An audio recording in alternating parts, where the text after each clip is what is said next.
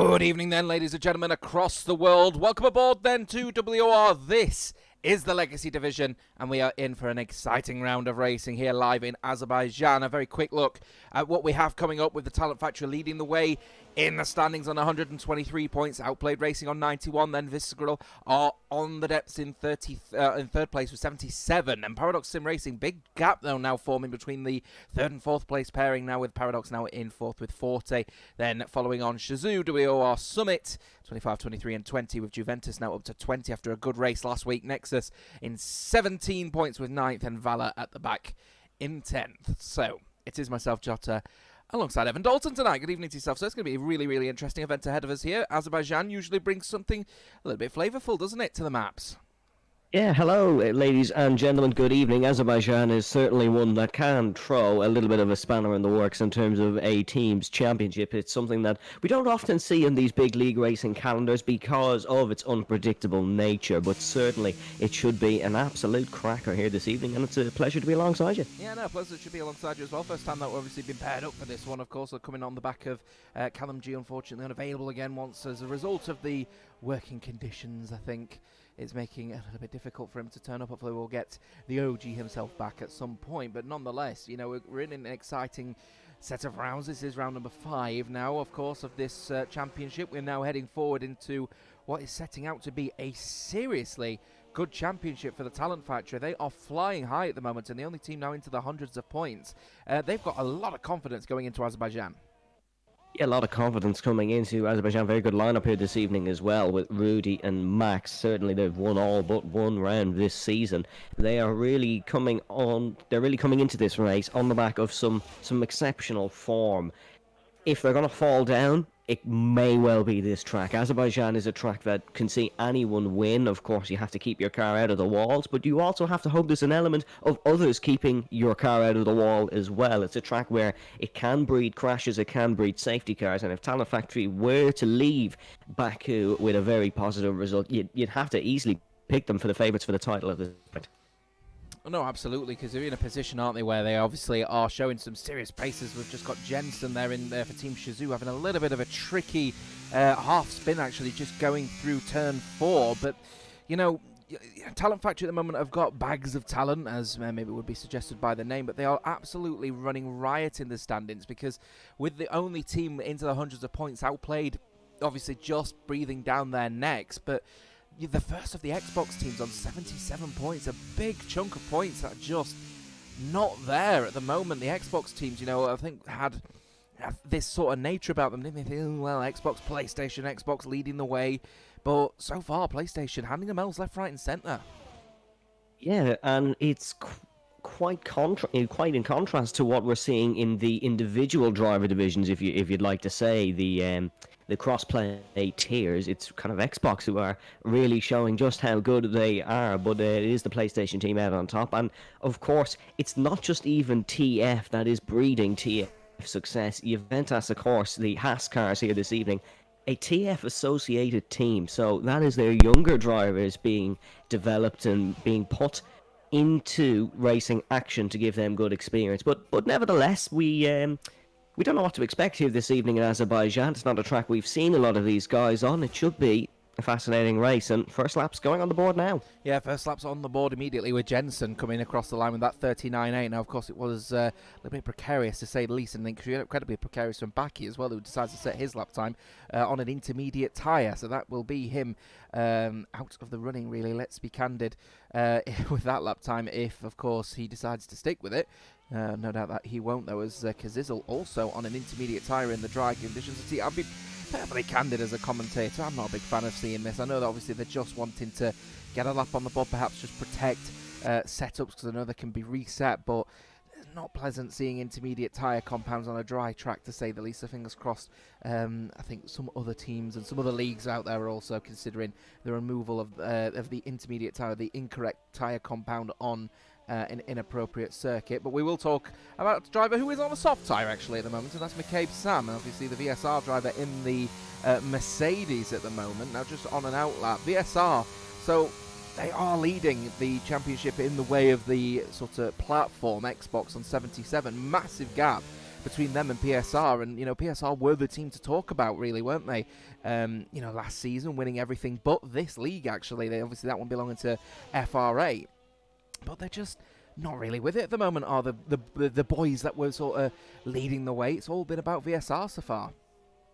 Yeah, there's kind of a disappointment almost, if you'd like to say, around them. There was a lot of people who were expecting them to be one of the top dogs, and if anyone can beat a PlayStation team, it would be them. Some people weren't even expecting it to be close, but unfortunately it's not gone the way of PSR so far. They're looking to try regain some form and regain some crucial points, but I have to agree, one of the top dogs coming into this, not necessarily looking like they're going to be top dogs coming out to it. It might be a harsh taste of reality, maybe, for the PSR team that was oh so successful not too long ago. Yeah, and of course they're only 15 points ahead of Team Shazoo at the moment as well, of course, and Shazoo have taken a little bit of a tumble as well. They're struggling out there and are only 2 points in front of WOR, of course, and we actually had full confirmation coming in from the WOR manager about the future prospects of WOR Schumacher, and fundamentally Schumacher will be taking no longer any action within WOR LD. It seems like that's his place is now done and dusted. His racing's done and dusted within this competition, as I think some people will be disappointed to hear, some people maybe not so disappointed to hear, but the controversial figure is Schumacher. But it gives WR potentially an opportunity to reset and maybe capitalise on the mistakes that Shazoo and potentially PSR are making. Yeah, it does give them a good opportunity. There's certainly some aspects of Schumacher's driving that will be missed by the team. There's certainly some aspects that won't necessarily be, but you get that with every driver. He's one who's probably a little bit more risky going for overtakes, and sometimes it works out, sometimes it doesn't. That's nothing against Schumacher himself, but it is an interesting little reset, I suppose you can say. They can get a fresh name in there, they can get a fresh representative for the team and try something different. When you get to this stage in the championship, round 5, you know if it's going to be make or break for you. And WOR sitting in 6th, they'd like it to be a little bit more make than break. They want to get up challenging the top dogs, and as of now, not quite where they'd like to be necessarily. Still not the worst in the world. They're not the worst performing team by any sort of length, but they want to be higher up, and they've made their intentions very, very clear during the previous week. Yeah, they're going to have to, because they've got SLR breathing down the necks as well. Summit's league racing team are only 3 points behind, and they're matching with Juventus. Both of those teams had an astonishing couple of weeks. Of course, at Belgium, SLR managing to snag themselves their first podium out of nowhere, and then Juventus did exactly the same thing. After penalties applied, their driver ended up getting 3rd place, as McCabe Sam going fastest of anyone for a VSR with that 1:39.6. Plenty of other lap times to come in. The next person actually, I believe, will be none other than NRX as Magician, and it's going to be certainly a conversation about NRX as well, because, running riot at the moment are NRX. They've got definitely the driver in form at the moment in NRX Rusty.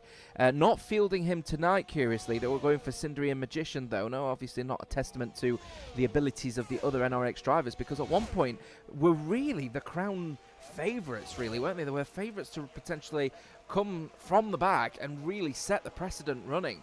But their season really not kicking off either. They're down in 9th on 17 points at the moment as Magician, showing the immediate pace of NRX and getting in between the two Talent Factory drivers. The pace is there, but the consistency isn't.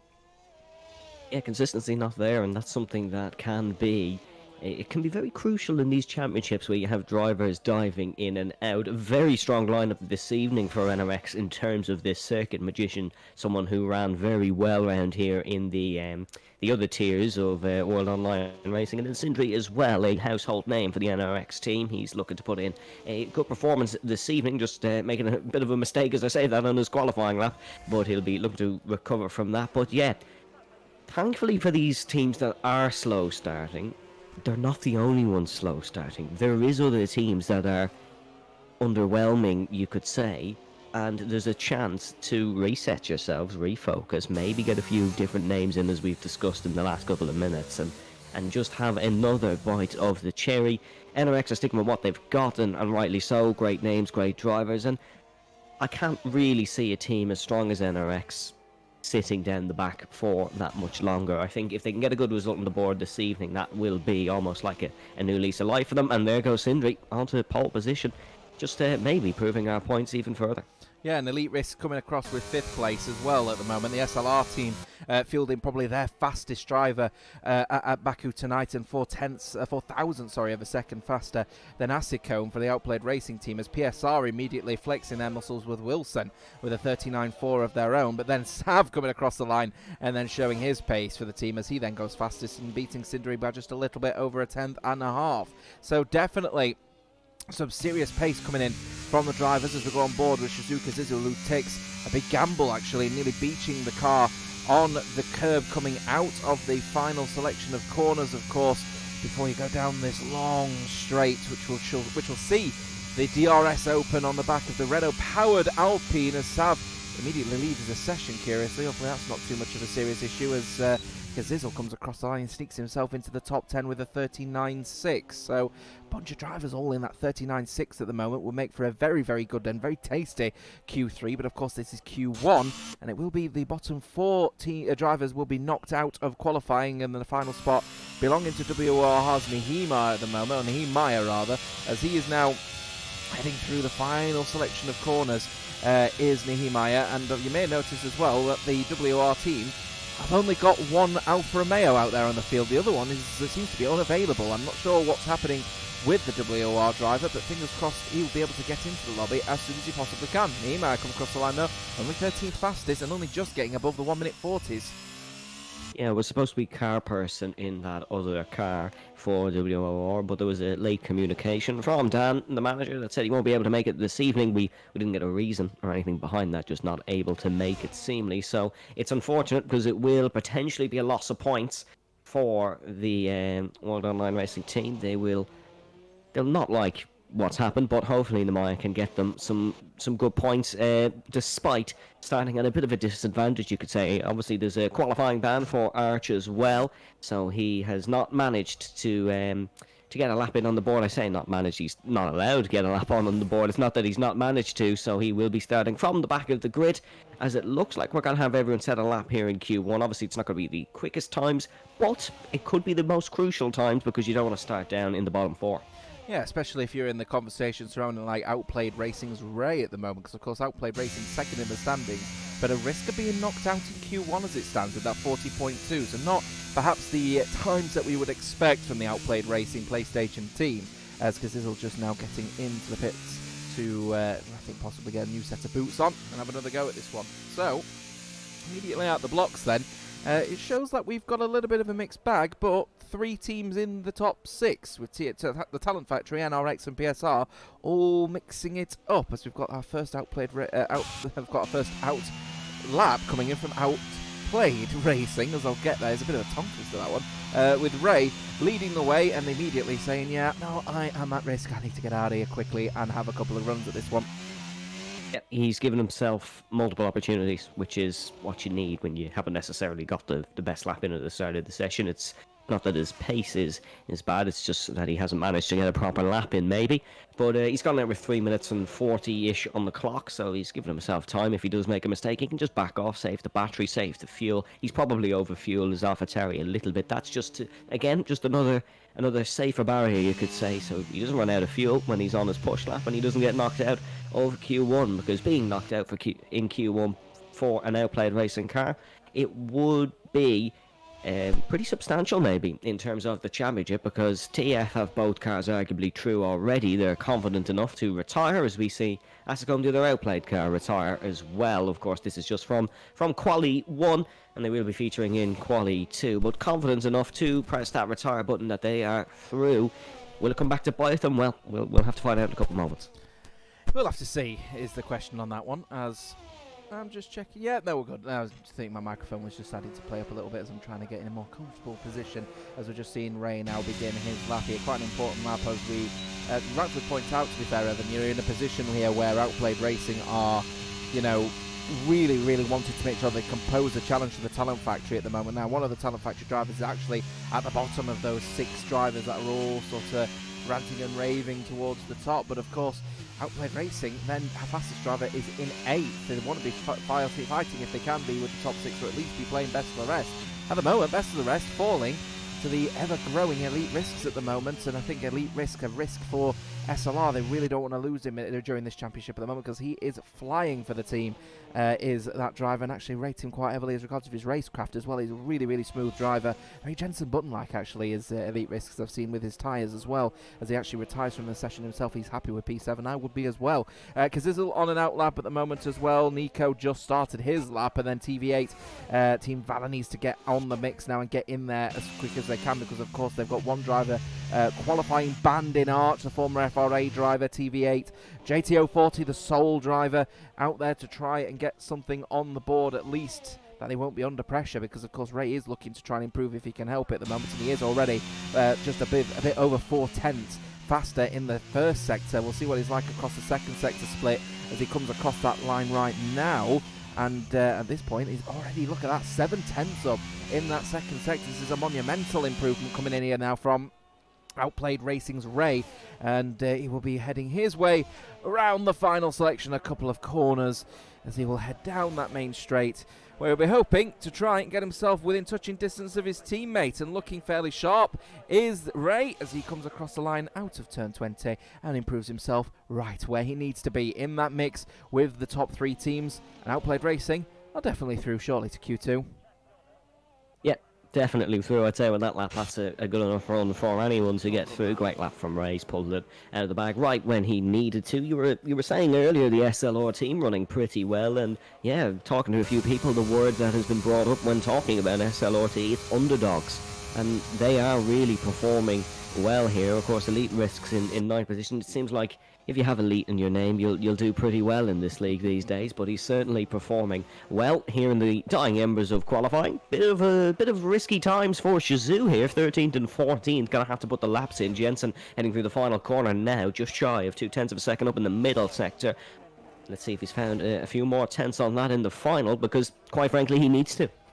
Yeah, absolutely. As he comes across the line, does Jensen now, and looks to improve where he can possibly help it. Comes across the line, does improve, but doesn't improve on his position, and he's definitely at risk. Stays 14th fastest. Nehemiah also trying to improve as well, as JTO40 can't improve, but he's able to just cross the line to start another lap if he can help it here, as Baki does improve and actually goes fastest in the second sector for the Juventus team, apparently. So looking fairly sharp are Juventus to at least get one driver through to Q3, and that is potentially going to put TV8 and WOR and perhaps Shazoo at risk here as he comes down the main straight then, and really struggling with his electrical energy is Baki, but he is going to try and improve if he can possibly help it, but only goes 16th fastest, so a bit of a lie maybe when it comes to the lap times on that one then. Slinky looking to try and improve if he can help it. He's already, unfortunately for him, down at the back and out of qualifying. He is a 10th up at the moment though, as JTO40 and might potentially be putting Nehemiah at risk, but he himself is 21 thousandths of a second up in that in the first sector. In the second sector, comes across the line 2.5 tenths up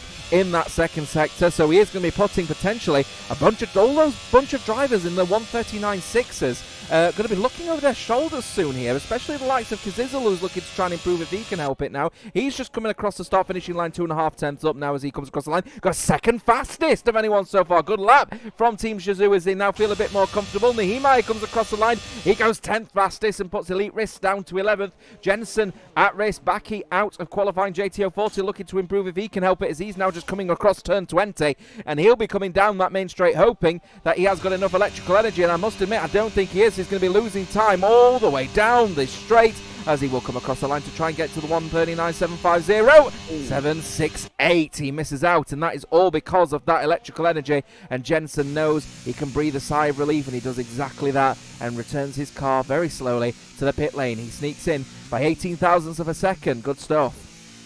Yeah, squeaky bum time, as they say, for Jensen there. He's very lucky that Red Bull didn't quite have the battery charge down that straight, because I think if he had a full electrical energy charge down that straight, it might be a different car we're seeing in Quali 2. But nevertheless, very interesting session. Kazizel going second, have to say. That's a very good lap in the end from Kazizel, so maybe that is more where his true pace is. But still, top 10 all looked pretty comfortable come the end of that session. We didn't see most of them out on track, but it's a very shuffled top 10. So we should be in for a very interesting Q2. Yeah, absolutely. We'll take a very quick look then before we go to the break, as we have PSR Sav topping the standings then the end of Q1 then, with that cracking lap time of 39.122. 1 .136 seconds behind is Kaziza with Cindery in third with Rudy, and then Ray in fifth. Wilson is in sixth through from Magician. Max Simbarox one, surprisingly going faster than Elite Risk potentially from the viewership board, as both SLR drivers very safely through to Q2 with Nehemiah splitting the pair. Asicum, then Nico, McCabe, Sam Jensen rounding out the top 15. Those that are knocked out, JTO40, Baki and Slinky, weren't able to set a representative lap time, and they are out. And of course Arch serving a qualifying ban. We'll be back for this continued coverage of the Azerbaijani Grand Prix.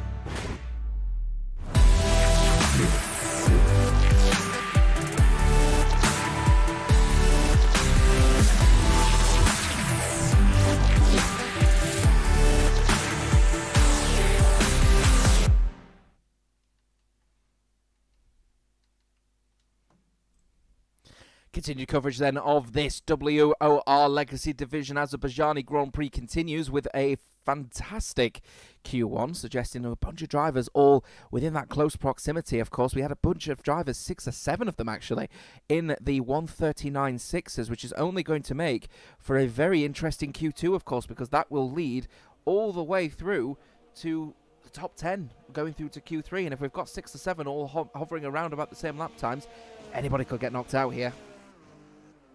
Yeah, certainly could. And we saw at the end of this session, we saw how crucial straight line speed can be here in the Baku City Street Circuit. A fun fact for all yous and home is that Valtteri Bottas in 2016 qualifying set an unofficial record. That's of course because it was in qualifying and not technically in the race, for the highest speed ever recorded in a Formula 1 car with 378 kilometers an hour. That's obviously without any silly little rear wings added on, because I'm sure there's a video somewhere on this live streaming platform that we are on where someone has made a Formula 1 car go quicker. But here in Q2, some say it is one of the most difficult sessions in Formula 1 qualifying. Some say that it is a session that you have to balance your risk and reward.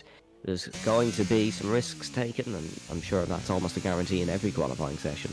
Whether the rewards come with them, we will find out in about 13 and a half minutes. Yeah, I'm sure that there's plenty of people out there who have managed to set world record lap times around here by tweaking the setup of the car, quote unquote. We'll see on that one anyway. Obviously later down the line it's not going to affect this crossplay event, but I'm sure on PC that's definitely a thing. We have got 30 minutes left in this Q2 session with Kazizel leading the way of those drivers that wanted to get out immediately, though Jensen left first. Kazizel's overtaken his teammate and wants to get on with it here. Now this is where we'll start to see people try to pick their strategy call here, whether they want to try and qualify on that soft tyre and then get a tow potentially from their teammate. Well, tow, unofficial tow, shall we say. They're not meant to, but yeah, you can see Jensen has got, well, nice, should we say, some nice fresh air in front of him. That may just be enough to help him out maybe down the straights, but not too much that it'll affect his full lap time. I'm not sure. We'll let the stewards decide on that one if there's anything of any in particulars that would have to be mentioned, I'm sure, as we've also got McCabe Sam just about to start his lap as well. Actually, he'll be the third person to set a lap. Team Shazoo, though, they'll be happy. They've managed to get both of the drivers through to Q2, sorry, at one point, looking like they were at risk of Q1. Yeah, both drivers are looking at risk of going out in Q1. The goal now will be to get through this session and get into Q3. Team Shazoo looking to pick up on form, of course, 5th in the standings, but they are in a bit of a battle with WOR and, of course, SLRT, so they want to get out of that battle. They want to be challenging the top dogs. That is certainly Shazoo's mentality. They've always been one to challenge the top dogs, even back in your 2020 league racing days with your Vortex Racing teams, your CRGs. They always want to be in amongst the cake mix, and they would absolutely love to get back up there challenging Talent Factory and Outplayed Racing, but as of now the focus is a little bit more slim. It's getting into Q3 here in Azerbaijan, and Kazizel not had the best lap so far. He's going to have to put bit of a better lap together, it seems, if he wants to get through. Could be a very good last sector, however. We haven't really seen what sort of straight line speed these two Alpines are running, but I imagine it is up there amongst the top speeds. You are tuning into the Azerbaijani Grand Prix qualifying of the World Online Racing Legacy Division, and at the moment we're just seeing Kazizel heading down that main straight, and he is looking to try and set his initial lap time as he then comes across that start finishing line with a 1 minute 40.052. Not representative, I don't think, because we did see much more quicker lap times coming in, maybe up to a second faster in Jensen's case, which is going to be certainly one to keep an eye out on, because I think Shazoo are not going to be particularly comfortable with those particular set of lap times coming in, as we've got Nico looking to set his lap as well, and I believe we've got one of the outplayed racing drivers of Ray also about to set a lap as well. But we'll see how the Mercedes does as he comes out of turn 20 and down that main straight, of course, heading into turn 1, the first to start finishing line as he comes across the line now. Only goes second faster with the 40.4. Bit of track devolution happening at the moment. Clearly, the driver's not feeling as comfortable out on circuit. Yeah, it could potentially maybe be some of them are running a scrub set of softs. Obviously, the game doesn't necessarily tell us all the time when it's used tyres compared to newer ones.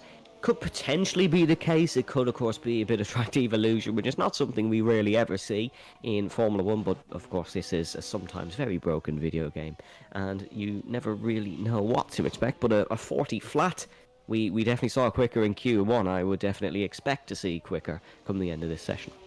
On board then with the teammate of VSR Nico, and that be McCabe Sam, as we just have a very quick look actually at the chat. Good evening to every single one of you tuning in now. We at one point had just a bit over 100 viewers just watching along here for this Q2 session, and we just have a quick conversation here with potentially the likes of Outplayed Racing Stefano, asking the question here of, like, this is a very strange person speaking alongside you, Jotto. I've never heard him before. Well, I think some people certainly have. Evan Dalton obviously joining us tonight in the absence of Callum G and Joseph, saying Evan Goat in the chat, says Stefano. Obviously a little bit of a fan favourite coming in for yourself, Evan.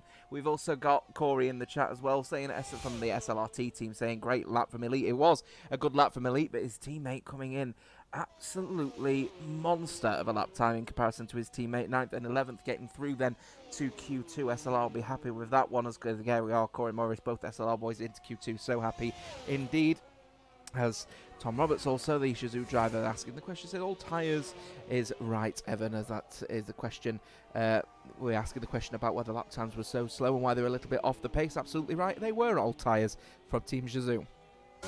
Yeah, Team Shazoo obviously just saving tyres. I mean, it's a respectable decision. They are plan on saving them maybe for a potential late safety car in the race. Soft tyres is not something too commonly used in league racing these days, especially at such a high level. There's not many safety cars. I'm sure down in some of the lower categories of different leagues you would see soft tyres used and different strategies here and there, but it's usually a hard medium in these top divisions. They usually start on the older set of tyres, as Elite Risk's just taking my words for a second. He's absolutely clattered the outside wall heading through turn 3. Doesn't look like there's any damage of any sort, and he is carrying on his way, but doesn't want to get any closer to that wall. Could potentially be session ending.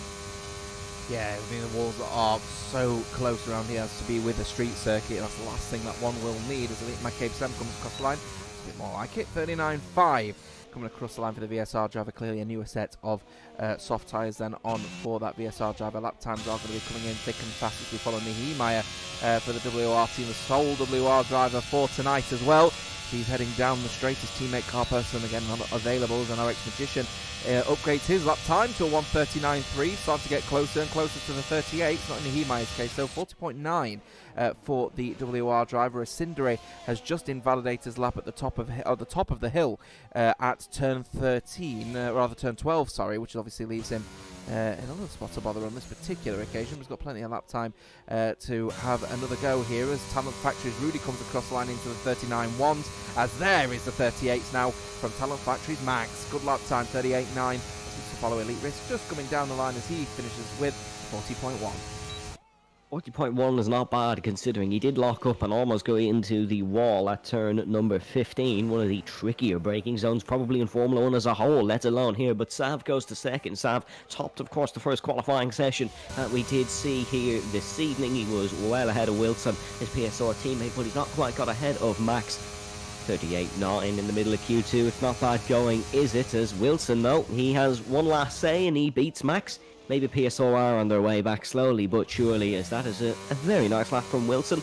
Not even sure if he'll have to improve that come the end of the session. Yeah, a really good lap, but it means that we now have the top 4 separated by not much more than 3.5 tenths as it stands, and that Talent Factory and PSR spreading even in first, third, second and fourth respectively, as we see here the Williams, as the SLRT driver, League Racing Team driver, Simba 1 just coming around turns 16 and 17 on what seems to now be an invalidated lap time here, as we've actually got a slow car, and it looks like a McLaren has gone a little bit slow, maybe going through into turn 7, and yellow flag's now waving as well for a slow Aston Martin. I believe that maybe Magician, I think, at the moment. I'm not sure what's happening on that one, and he is very, very slow, and I'm wondering actually, is that because he's out of fuel? I think you could be onto something there. He certainly has the red fuel light, but he's made it into the pits anyway, so it's not too much of an issue for Magician. He's just coasted back home and now back into the garage to maybe get a fresh set of boots on out for the final of the session. We will see, of course. We will see in due course, as not too sure if we will see Rudy, Sav, Max and Wilson out again. It's some very good laps, but can these guys down the back of the field maybe go near it? We'll have to wait and see. We saw a very close field in Quali 1.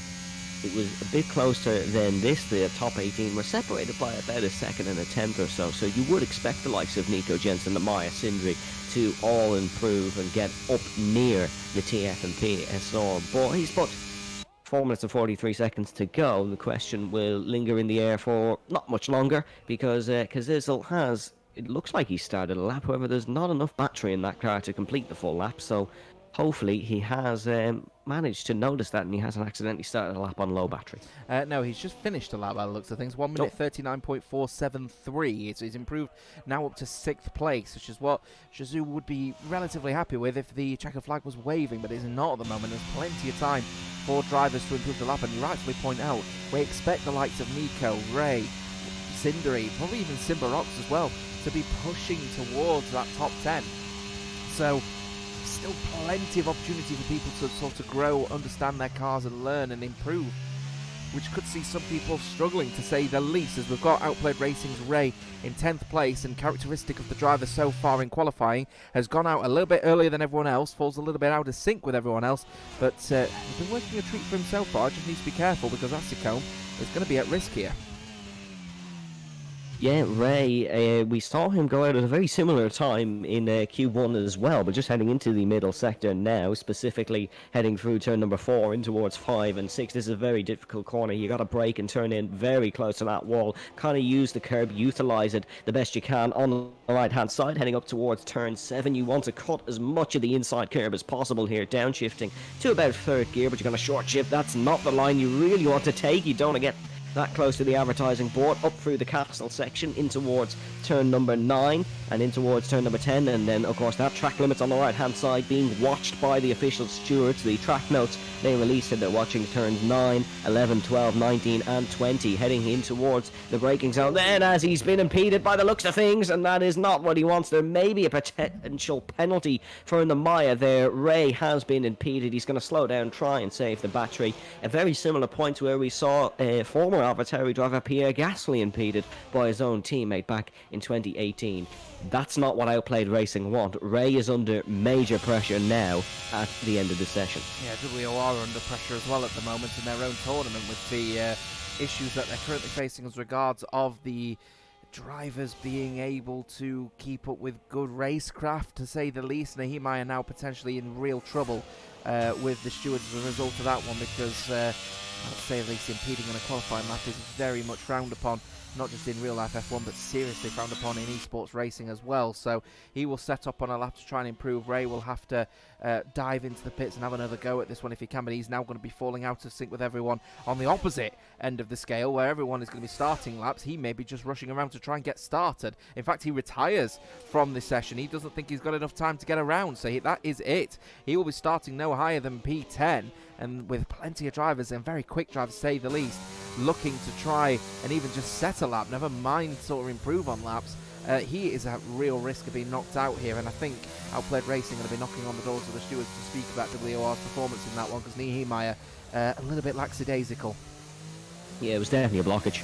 There's no question about that. Ray might have broke his front wing heading in towards that wall. He certainly got close to it, but yeah, it is very apologies, fairly black and white for Namaya there. I think he is going to receive some sort of reprimand or penalty points, maybe potentially for that one. But nevertheless, Asacombe even still at risk for the outplayed racing team. Elite Risks has maybe taken too much risks through sector 2. He's 0.2 of a second down. That's not what you want when you're sat in 9th position. You're right on the buffer there of exiting Q2. Here comes Jensen then heading towards the line. Let's see what lap the Shizuman can said. He's going to put himself right up there. That's 5th position. That's what Jensen needs. That'll be a confidence booster, if nothing else, for him. Sivarox 1 is at serious risk because on his lap he's ploughed it into the wall at the castle section, and now he is missing a good chunk of that front wing, and he is not even going to bother having a go at this one. He is out of qualifying, or will be starting in 15th place, and with the pace of the SLR team, it seems to be that they are going to be struggling here with a 39.4. Elite Risks might be safe, but so many quick drivers out there looking to improve on the laps. Of course, we're on board now with NRX's Cindere looking to get a lap in if he can possibly help it. 39.4 is what he really wants to aim for. Higher would be ideal, as he's just heading himself now into turn 16, starting the 3rd sector with a 15.0. Not looking too bad, actually. And that checkered flag is now out, so he will be the first person to start and finish his laps, and this is his one and only attempt. So has he gone conservative, or has he pushed to try and get himself towards the front here and possibly match Magician, his teammate? 39.3 is what he's got, but the Aston Martin with that DRS wing is open. He's going to come across the line now to try and improve, and he goes 3rd fastest with a 39.0, and NRX safely through both of their drivers through to Q2 as it stands, as Asicombe comes across the line, and Outplayed Racing have definitely got one driver through up to 6th place as it stands, as McCabe Sam looking to improve if he can possibly help it. First sector looked relatively okay, but he's on the cusp at the moment, as Magician does improve his lap time but doesn't improve his position, as he goes up to just stays in 8th fastest, but only now within a very close distance of 7,000ths of a second to Jensen. McCabe Sam looking to improve, he can possibly help it. 11th place at the moment, and he obviously needs to get a little bit faster if he wants to get through to Q3, because of course he'll be knocked out and starting in what was originally at one point known as the 2nd pole position. But with everyone now having the option to start on any tyre they want, it's going to give everyone the opportunity to, well, the 11th place pole position really has now become Emile Poir defunct, as we see Kazizel look to improve if he could possibly help it, as Nico goes 5th fastest. Well, a lap time coming in and actually knocks out Elite Risks of qualifying. You rightfully pointed out that time was not going to be suitable, as he goes even further down to 12th as Kazizel comes across the line to go 5th fastest. Is it going to be 13th? It will, but McCabe Sam knocked out of qualifying, and VSR have lost one driver, WOR have lost a driver, SLR have lost both of theirs, and Outplayed Racing also losing one of theirs. Yeah, that could have been a lot worse for Outplayed Racing. There was a point where both of them were out. There was a point where both VSR drivers were both out, so they've kind of salvaged something. But you have to say, PSR and TF are going to be absolutely loving this. Their drivers are soaring in confidence. They are soaring at the top of the timing sheets. And yeah, McCabe Sam out of qualifying. That's going to be a big talking point, I think, going into the race. Yeah, VSR, last thing that VSR needed on that one, to say the least. And towards that midfield, of course, Talent Factory, they're going to be keeping an eye on Rudy, because he's struggling down in what would be a representative 7th place, and nearly 3/10 down. Continue coverage of this Azerbaijani Grand Prix will follow in just a few short moments. Stay tuned.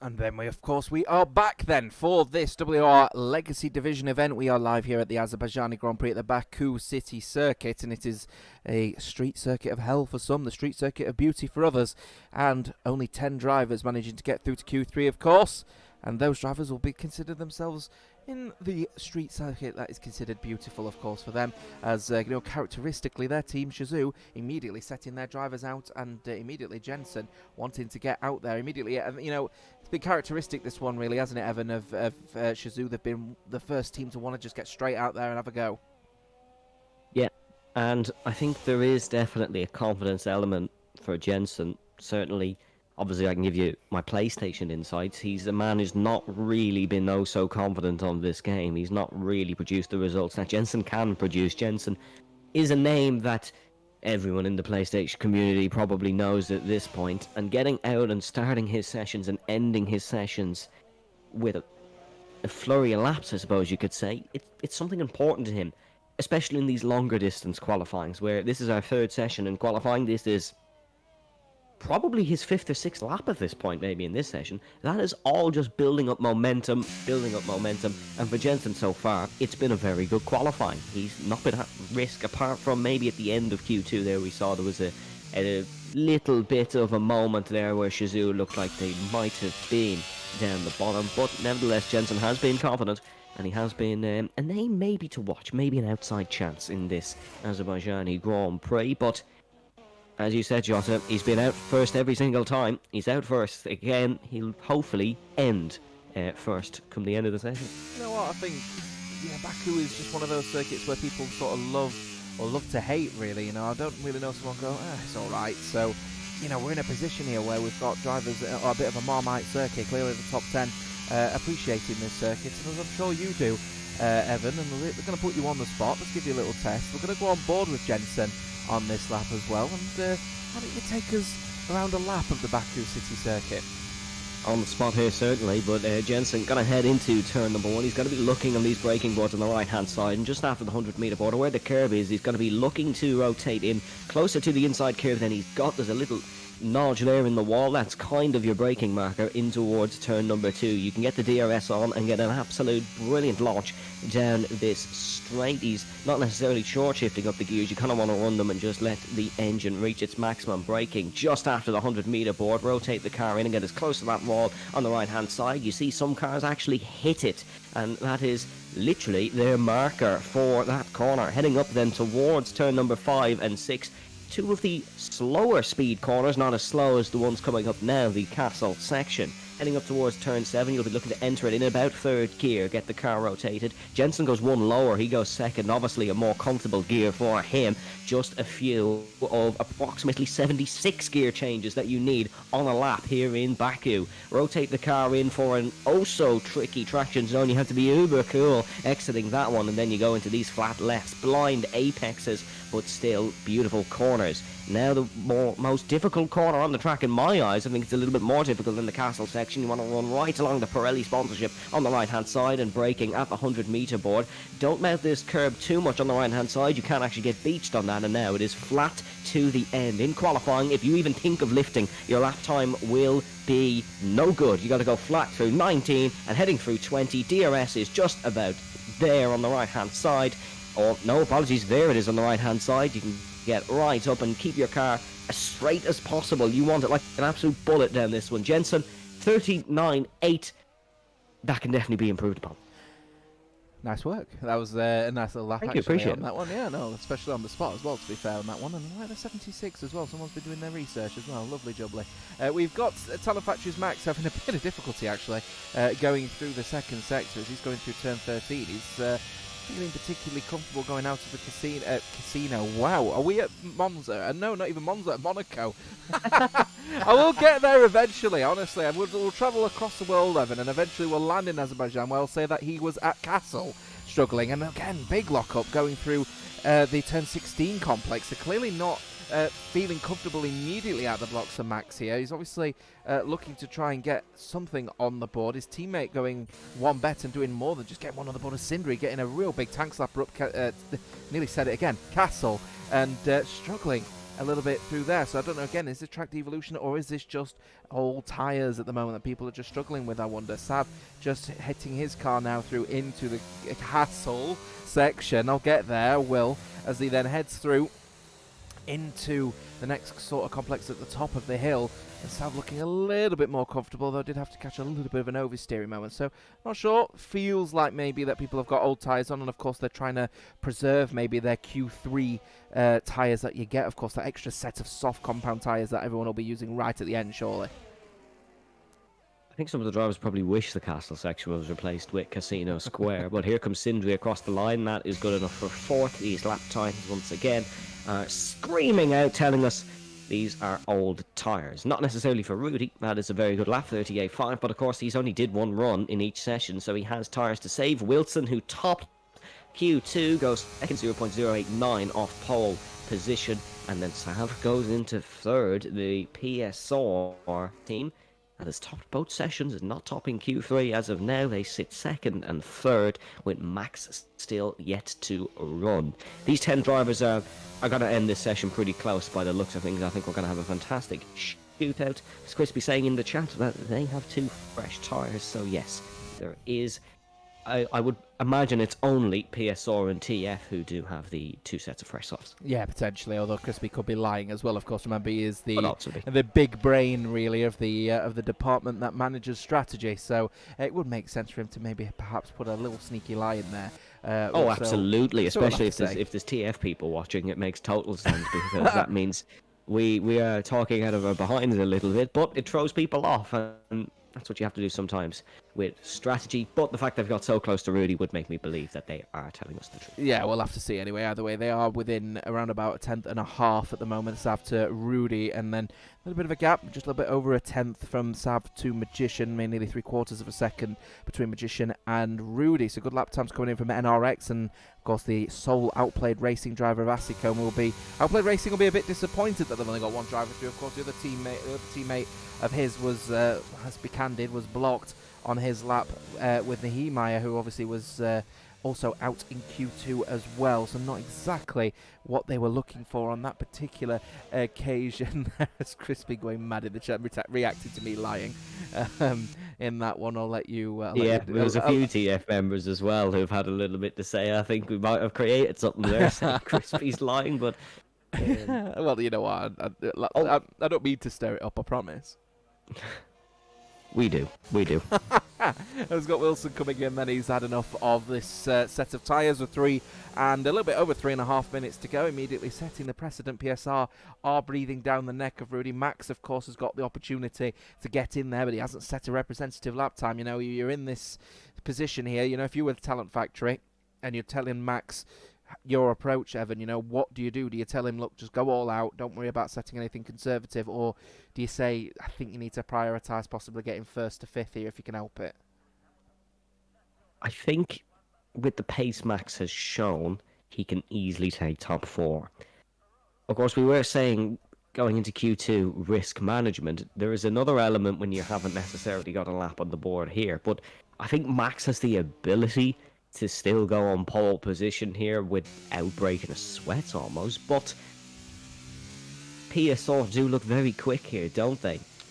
Max, obviously he'll know more than we do. If his car is maybe set up for the race, he might not risk qualifying, but if he's not so comfortable in the race trim, maybe he might go and absolutely send it here in Azerbaijan. But if I was him, I think go for it, because I think the pace is there. He could take pole position, and who doesn't love starting first?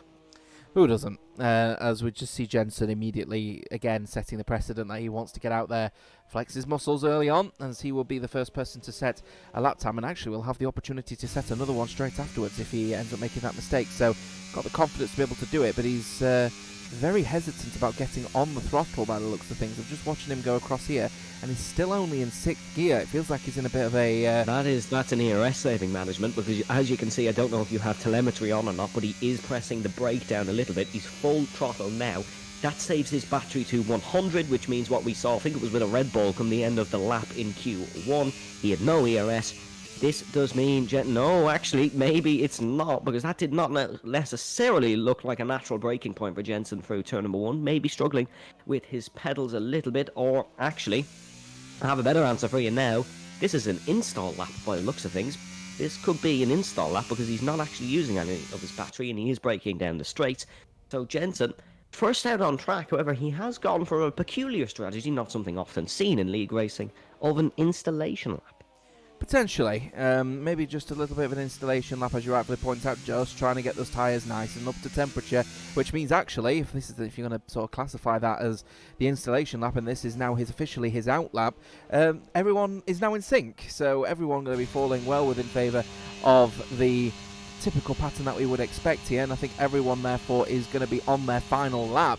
And the first person of that will be Asicombe, the outplayed racing driver, looking at least if he can to get into the top 2 rows. It would be an ideal position for outplayed racing to get on the second row at the very least, of course, and potentially hold some really quick drivers back and allow his teammate to rise up the rankings, because of course his teammate's obviously not a slow driver. It's just the unfortunate nature of his demise out of qualifying is really only about the issues related to the car not being able to get around the circuit when another car is in front of it.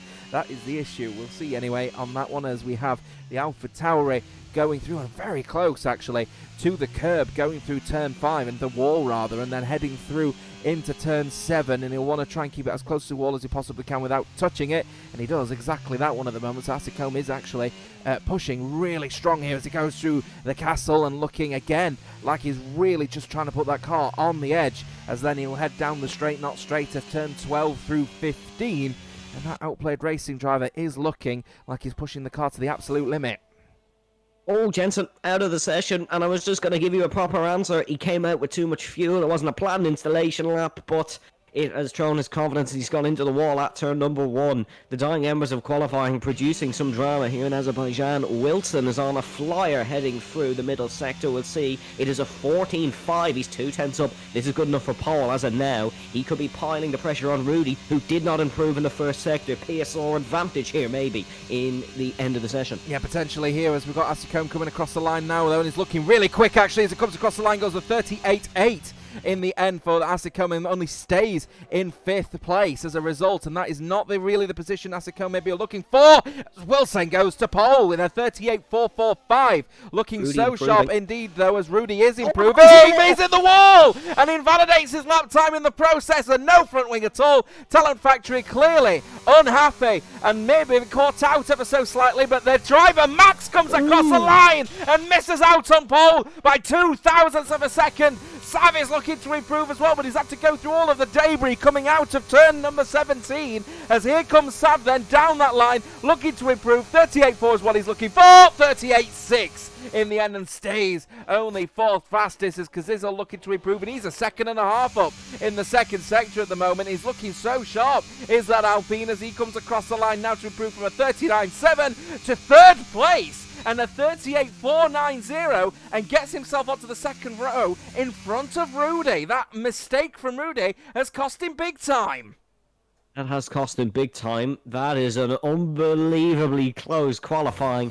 That is a lap and a half from Kazizel. Shazoo will be buzzing with that one to get onto the second row of the grid. But PSR Wilson, top Q2, he's top Q3, but by the skin of his teeth.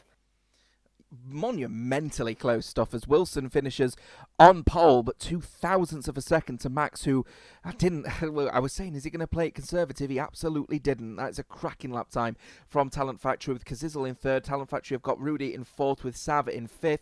NRX on 6th and 7th respectively. Asicombe in 8th. They'll be unhappy with that one, with Nico in 9th. VSR looking a little bit on the back foot here, with Jensen, of course, crashing out of qualifying at turn 1 late on. It means that he starts in P10. Continued coverage of this race will be following in just a few short moments. Stay tuned.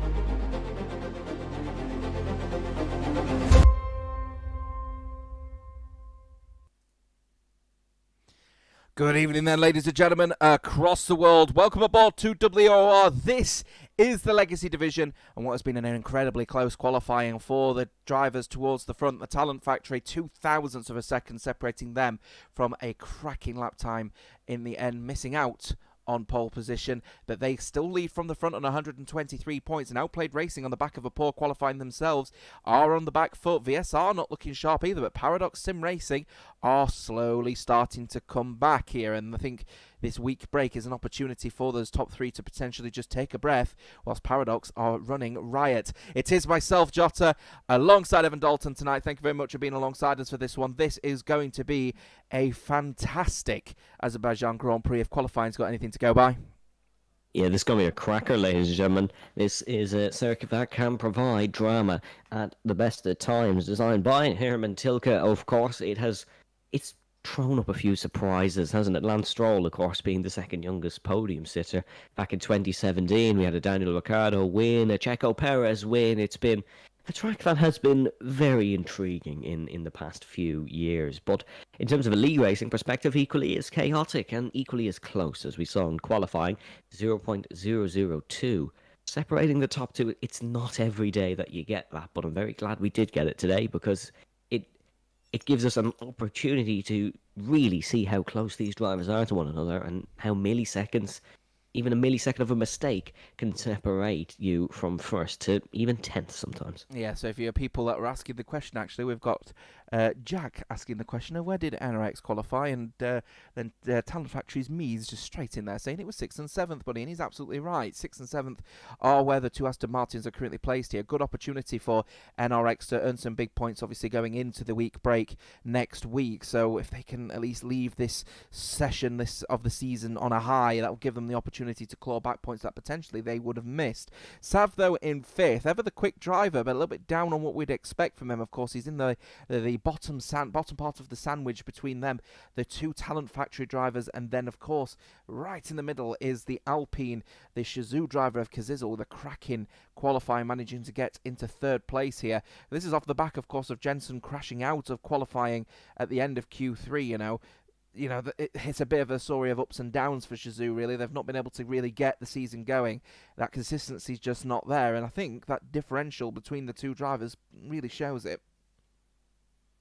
Yeah, and Sav will be disappointed with 5th because it was a PSRTF top 4 all the way through qualifying, really, wasn't it? Kazizel cooked a bit of a surprise there by going into 3rd position. He certainly had a great lap for the Shizou team, but looking down the grid, you can see already there is a couple of drivers maybe thinking of a medium compound tyre to try and get some points heading into the week's break. It gives them a great opportunity to try something a little bit different, especially at a track where we may see that red Mercedes come out in the form of a safety car.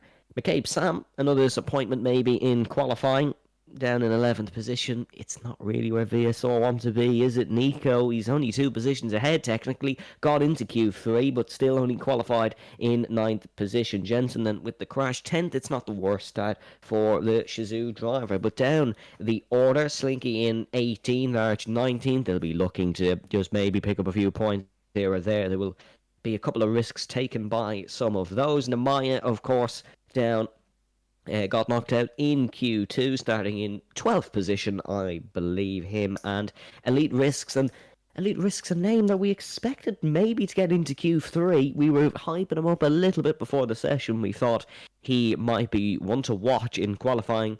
Let's see if he's one to watch in the race, as the timer has now started. Yeah, medium tyre is still on the cars of Nehemiah, who's obviously maybe facing the depths of the stewards of the break. With Ray for Outplayed Racing blocking him in qualifying could be a bit of a problem. Baki and also Juventus Racing Slinky also staying on that medium tyre. Medium, hard, medium is the strategy to go, but those drivers are getting ready because they're lining up on the grid for this Azerbaijan Grand Prix.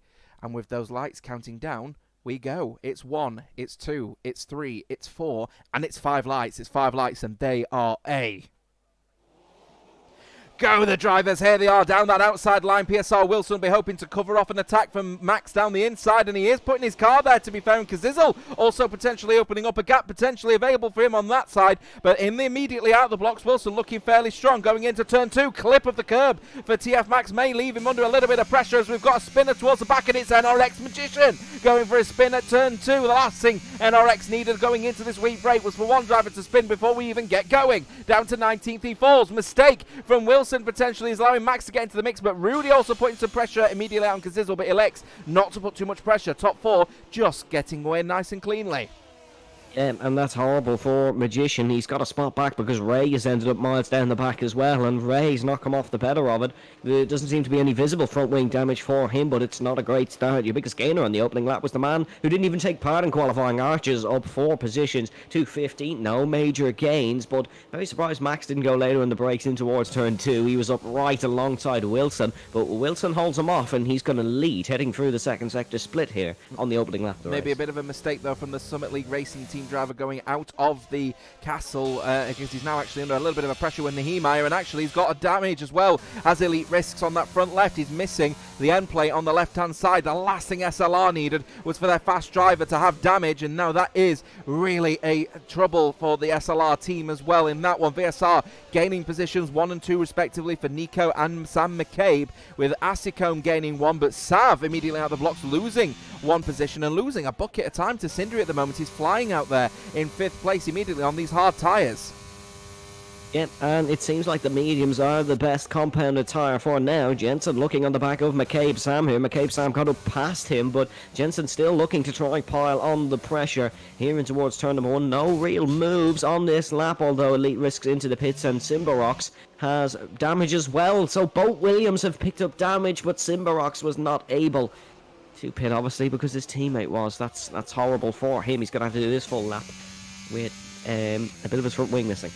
Yeah, it's the last thing as well, because of that front wing missing around a circuit like this one is absolutely detrimental to your lap times on that one, as Talent Factory are asking for the ERS, please, to which I say, no, I'm not helping you out, sir. You're going to have to manage that one on your own, as we've got Jensen in 10th place at the moment. Asicombe obviously up to 7th. Sav still holding on here from a battle with the likes of Sindri. Rudy also in the mix as well, as he just tries to keep that pressure on Kazizel, but Kazizel holding his own for Shazoo up in 3rd.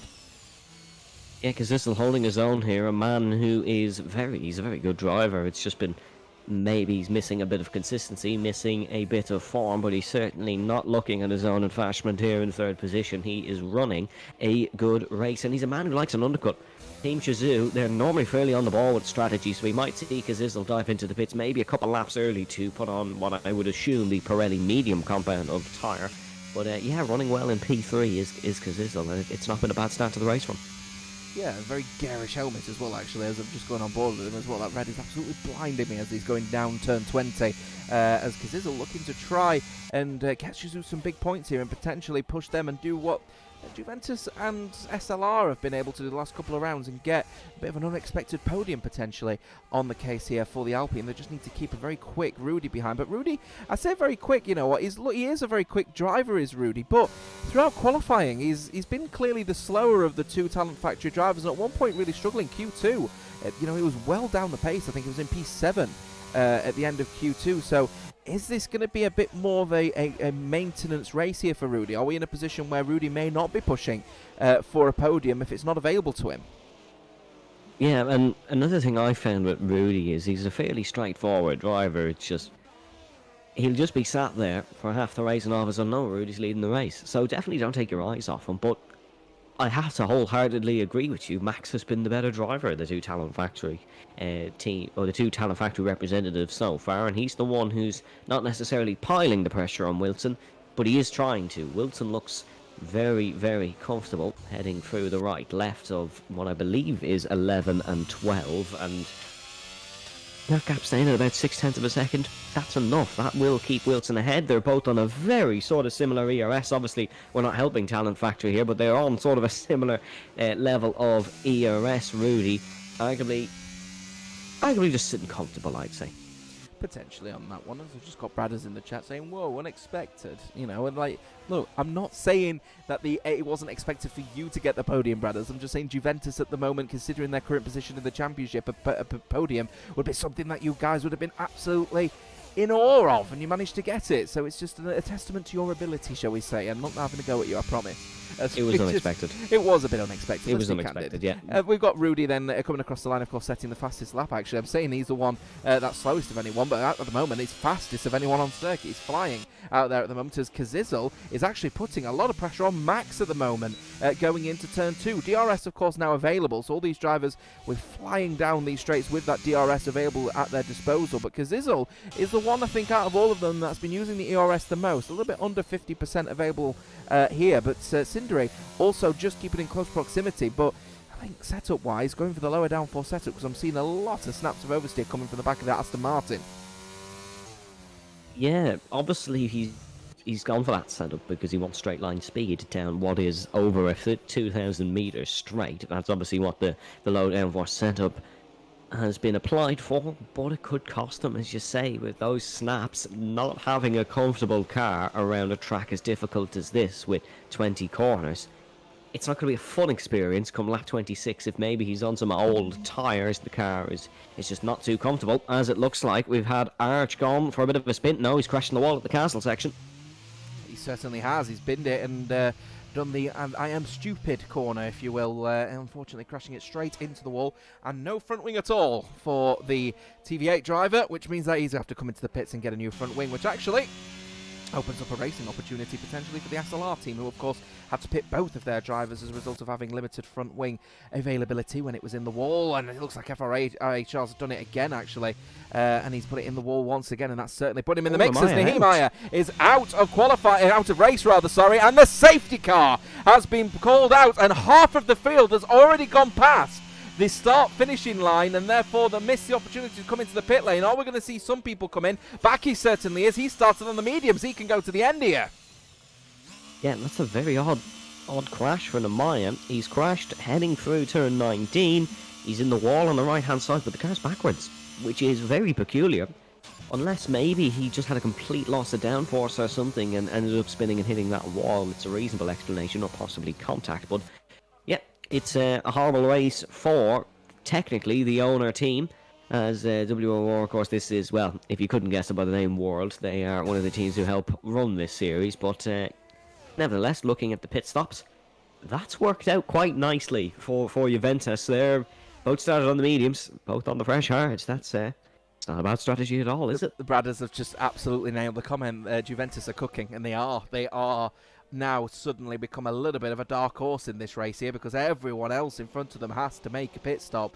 All they need to do now is just make the inroads, make some sort of overtakes here and there when they can possibly help it, and as long as they keep it clean, they're in a real position here to get some big points tonight, and that is the last thing that the likes of, let's say, NRX needed, and probably what SLR needed as well, to be honest with you, because they have now, or at least are going to be able to get to the back of the field and start racing again, but they are on a set of medium tyres that they need to pit on, because those medium tyres will just simply not go to the end. Surely they would take the opportunity to pit both of their drivers at the end of this lap, get them onto a set of hard tyres, and then they could potentially be racing with Juventus. Yeah, potentially. This is a really good opportunity for JR now, though. This is excellent for them. Even if they just sit and just run laps, just go around almost like it's pre-season testing, like we've seen for last week in various different motorsport series. Even if they just sit pretty and just run their race on their own, they'll still get good points, because the top 13 have not made a pit stop, and you have to make a pit stop. TVA JT has come in, actually, so he is going for something bold. I imagine that'll be maybe a double medium to the end. No, he's put on a set of softs for a front wing change, so that is presumably going to be him in again come the end of the lap, and he will go for something else. And comment there, actually, I'm seeing Jota saying Elite's hards only did one lap, so it's defo worth it for him.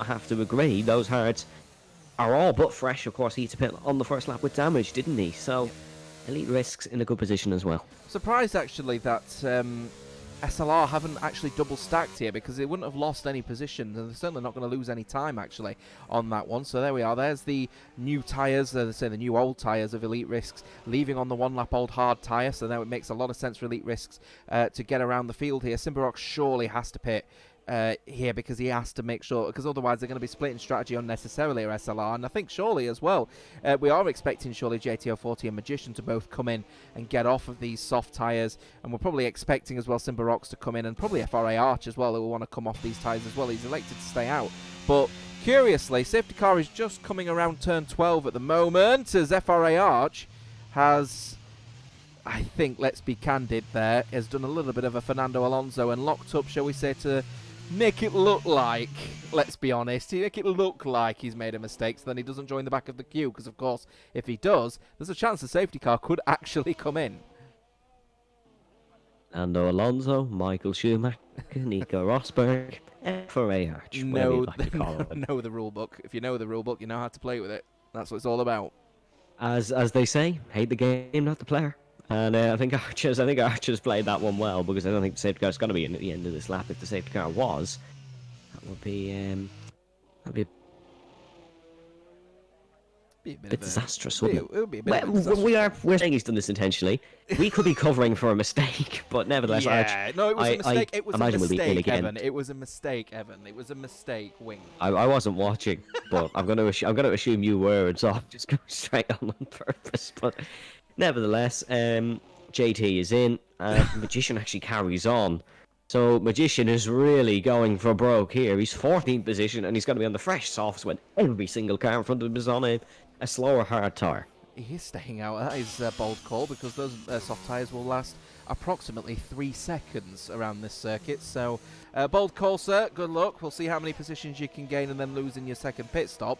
That would be a bold one anyway, to say the least. Elite Risks then coming across out of turn 1, turn 2, and the Williams looking fairly strong is Elite Risks now in a real bold statement, a bold opportunity to potentially finish this race. Indeed, the only issue, of course, is that they've got Juventus Racing in front, who are also in an eligible position to now finish the race on these hard tyres, albeit, of course, they will be rather worn, to say the least here, as we've got plenty of people in the chat asking the question. Ouch, probably forgot that you have to turn left there, says Sam, which is, yeah, and, you know, it happens, you know, you never know. You're just on a racing track with the arrows telling you where to go, and you just don't follow it. That's the key thing on that one, isn't it? It was NRX Magician now at the back of the queue. We do have Simbarox also at the back of the queue, which means now his teammate just about to follow through here with this one, as JTO40 is just about to join the back of this queue here, which means I suspect we're going to be going racing very shortly here, Evan, and we've got a couple of drivers who are on mediums, one on softs. None of those 3 drivers are going to be able to go to the end.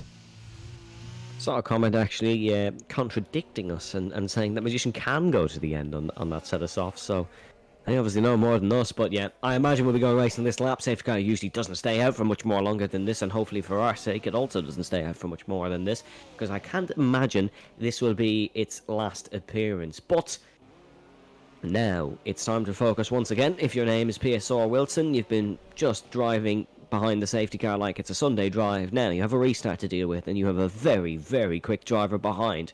Wilson, the way he's going to play this one, he'll wait for as long as possible, possibly dab the brake or even lift off the power. He'll see Max then have to react to that, dab the brake, lift off the power, and then bam, he'll go straight. But he is going to try hold it for as long as possible. Safety car is now into the pit lane, so he can go from any point now.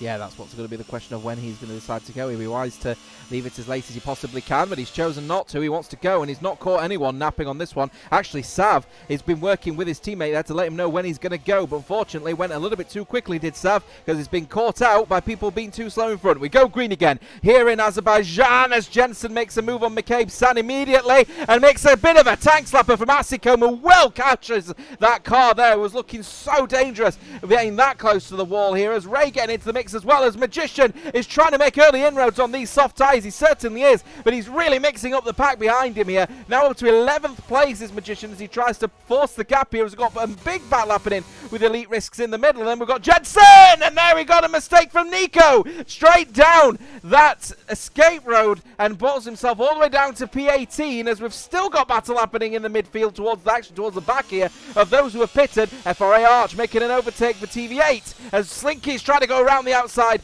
but the medium tyre's working a treat.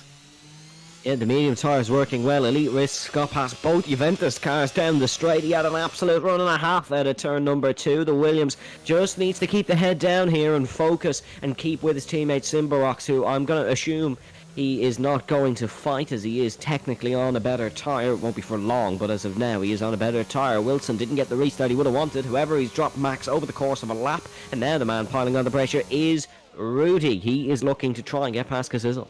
Potentially, as the man who's cooking hard at the moment is Magician. The only issue is that with those soft tyres, he's going to be cooking so quickly that the ingredients will burn, as he's just not going to be in a comfortable position, I suspect, within the next 5 or 6 laps. People saying, yeah, he can go to the end. Yeah, on book, he can go to the end. Of course, if he wants to travel on the rims, that's the only issue that Magician is going to be facing. So surely there's going to be a pit stop happening. But at the moment, Magician is wanting to get past Ray, and that's exactly what he's going to do before we get anywhere near the DRS zone. Of course, not activated on this particular occasion, but Magician now up to 9th place, as now Ray immediately trying to get in the toe of that Aston Martin. Wants to stay in close proximity, but brakes earlier. And you can see that big difference between the hard and the soft tyre, and how quickly people are braking, as FRA Arch making some inroads on the medium tyre versus the hard tyre of Baki for Juventus Racing.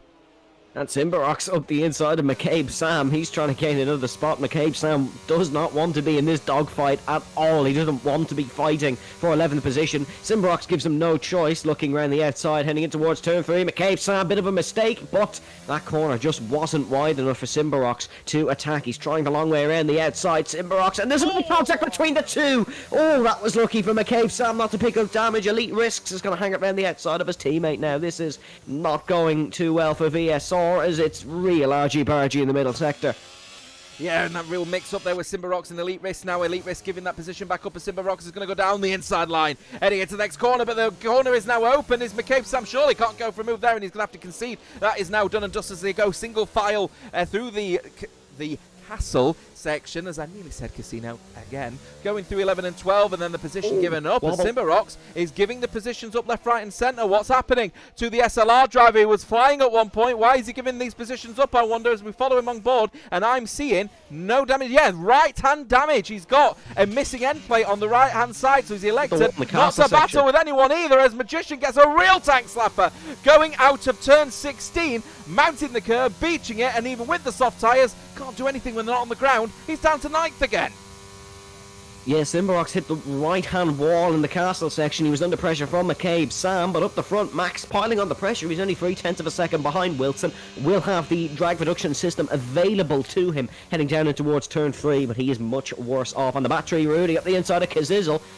We haven't even seen that one. He's got that one done.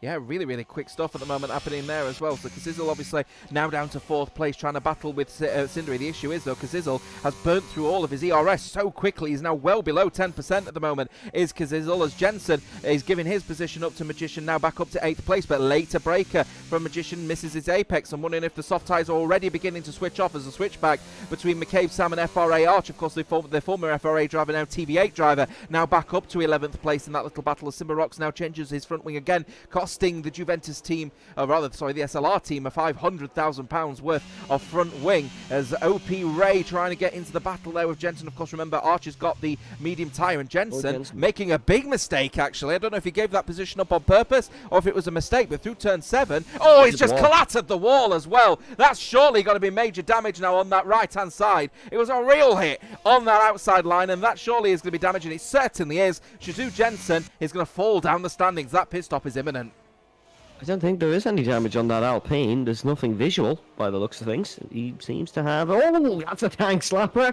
There may be damage coming for Jensen, but it doesn't look like as of now. And I think the strategy Magician is going to go for here. I've just been thinking about it. I think what he's going to try to do is stay out on these softs until the hard tyres runners have to pit, and then he can just pit as well, and they're all back in unison. Yeah, no, I'm sorry. He is really struggling with understeer now. Is Jensen? Yeah, I don't think there he is has got definitely damage. I damage think on it. he's got damage possibly on the whole. What I initially saw was I thought that the flap at the end was, or the end plate was gone, but I don't think it has. I think it is just damaged. But in that scenario, he is really finding that car uncomfortable to drive with understeer as he just clatters the wall going through turn 19 on that one as he's gone straight on again, and he's just not finding any comfortability. And I tell you what, there is front wing damage now, and by front wing damage I mean no wing at all. It is now completely off, and that will be Jensen's race now into the pit lane as he's tried to manage that damage, but unfortunately not working out at all. Max at 1 point, 0.2 of a second, now 1.3 versus Wilson as he manages to pull that gap, and Rudy is going to start asking questions of his teammates, say if you can't get any closer, I'm going to start making some overtakes here. So Talent Factory are going to have a question on their hands here as we've got Jensen again now going down the escape road here. He is really, I think that possibly might be his race over. In fact, he's got his car stuck in overtake mode at the moment as he's just trying to get his car, I think, back to the pits.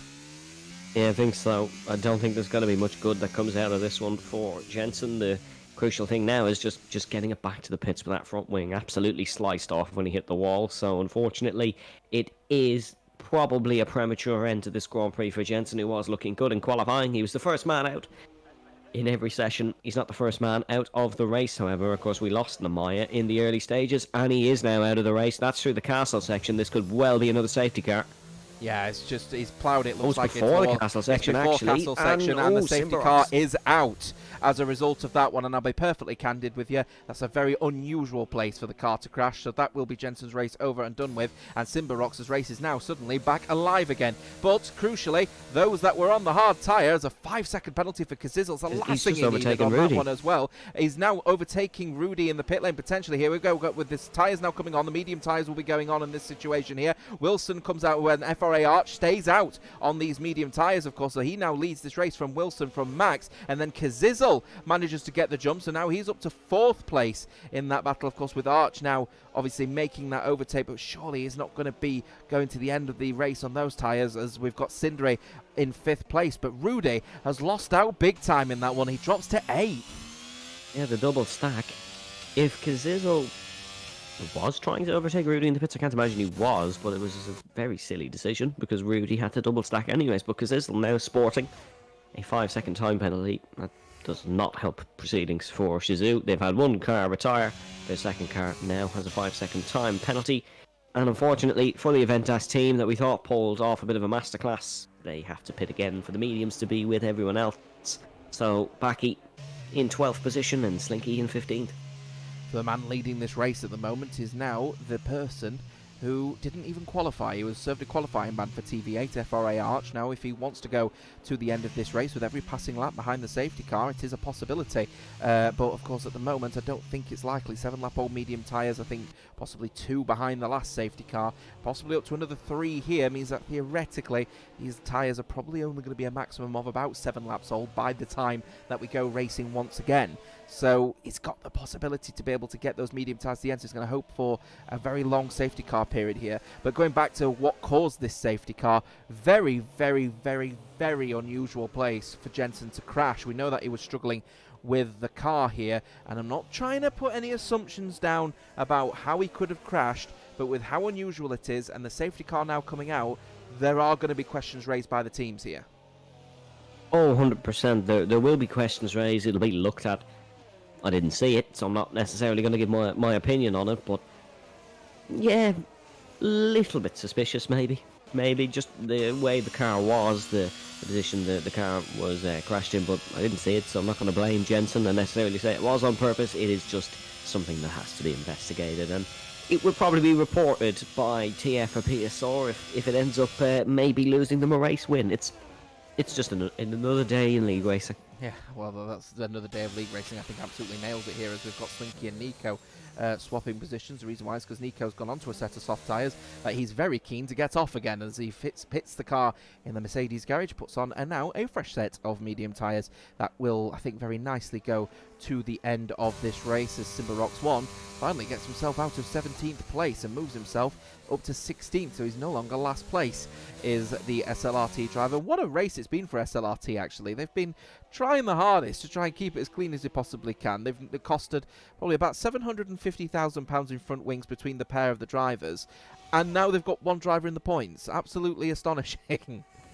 Yeah, I'm glad it's not coming out of my pocket, that's for sure, but Elite Risks is in 10th position, he's in the points, and he's looking to try and get a few more. We could benefit from that Gazizzle penalty, even.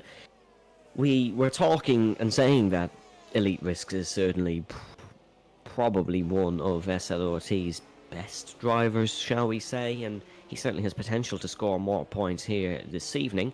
It would be a very positive result if he could. And if Simbarox can even gain a few positions, it will be better than where he is now. But Simbarox down in 16th position, not necessarily because of his own pace. He did make it to Q2, but running in 16th now after picking up some damage, and he's made various different pit stops. It's a chance for him to get back up the order. The entire grid is reset. They're all on the same tyres practically, apart from TVA Arch at the top. And unfortunately, can't see much good coming out of this for Arch. He has quicker drivers behind him, better tyres, and it may not be the best of a result for him, but if he is a statistics man like myself, he has technically led a lap in this race. So, even two. The situation report would be that now it will be 21 laps that these tyres, medium tyres, will be on Archer's car to get to the end. Now, they could go to the end, but let's be honest, they'll be screaming those medium tyres to the end here. So I think you put it perfectly earlier, saying he can get to the end, but it will be on the rims. Yeah, it will be absolutely on the rims. Very, very close indeed. We'll have to see anyway, with the drivers now getting themselves ready. Archer's leaving it as late as he possibly can by the looks of things here. He doesn't want to set off too early. With the safety car now firmly in his position, he's leaving it very late, and he's caught Wilson napping as he's now going to be across now the start-finishing line, and the Red Bull will be crossing the line to go green again here in Azerbaijan. And in that scenario here now, Gazizzle already making inroads to get a move done on Max. What a start for Team Shazoo's Gazizzle. 5-second penalty. He's not worried about that at all. He just wants to focus on it. He's pushing Wilson around the circuit. What a start from Gazizzle. These tyres are clearly working wonders for him at the moment. Still weaving left and right, though, to keep him warm. Yeah, great start from Gazizzle. That's a brilliant start. And he almost look at the inside. That's Arch hit the wall, actually. That's the way. Oh, no!